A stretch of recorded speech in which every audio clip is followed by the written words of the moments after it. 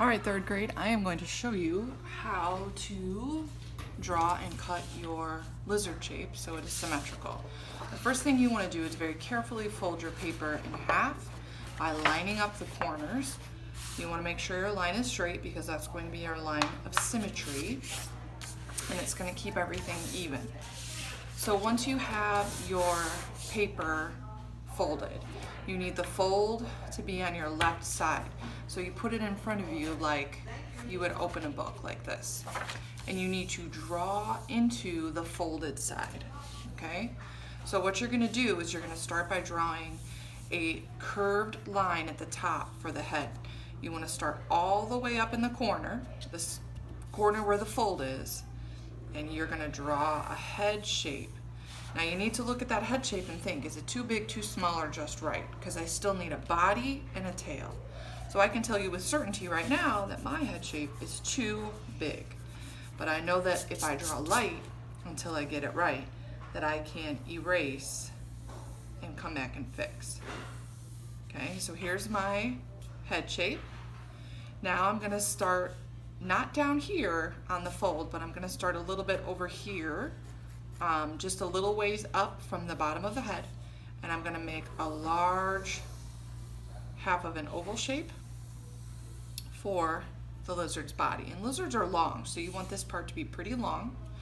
It could even come out a little farther if you want. So I think I am gonna just sort of make the lizard's body just a little bit fatter. So you see how I just traced a wider line? And then if I erase this, there we go. And then I need a tail. So the tail is gonna start at the bottom and come to a point, start at the bottom of the oval and come to a point at the very bottom of the fold. So now I have my lizard's head, body, and tail. Now I need 2 arms and 2 legs, but I'm only gonna draw 1 because when I cut this out, it's going to make the exact same thing on the other side, so that will give me 4. So what I'm gonna do here is draw some kind of a lizard foot. You don't want to make it too skinny because you need to be able to cut this all out. And then I can kind of do the same thing down here for the foot. And then I just sort of curve this line just a little bit right here.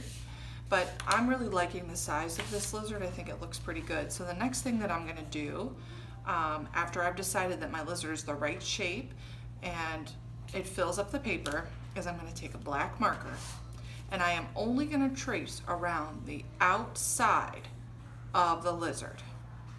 So only around this outside part with the black marker, like this. I'm not gonna trace over all of my lines. This is very important.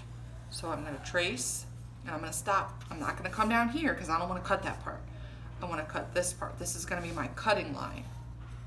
So I'm gonna just trace the parts that I want to cut. I don't wanna cut this foot off, so I need it to attach to the body. And I'm gonna stop here.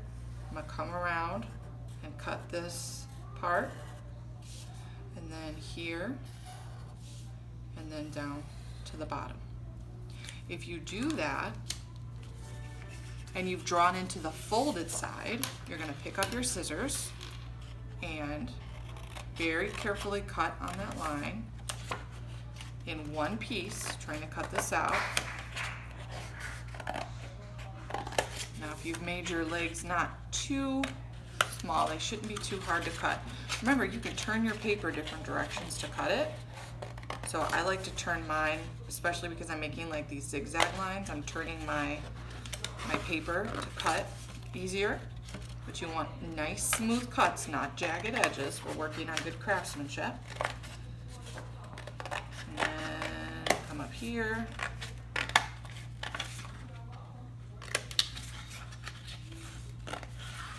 Staying on that black line the whole time.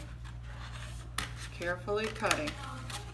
You don't want to cut off any legs or feet. You don't want to cut off the head. You don't want to cut off the tail. You want it to be one body part when you're done. Okay, so now I've got one piece when I'm done.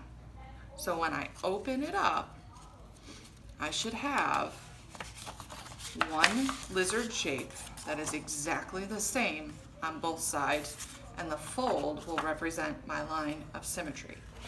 And then after that point, you can add some eyes in the same spot on each side, and then you will use the container of shapes that I passed out to make a pattern by tracing these on here. Remember, same on both sides. And then we will trace and color until we are finished and have a beautiful lizard when you're done.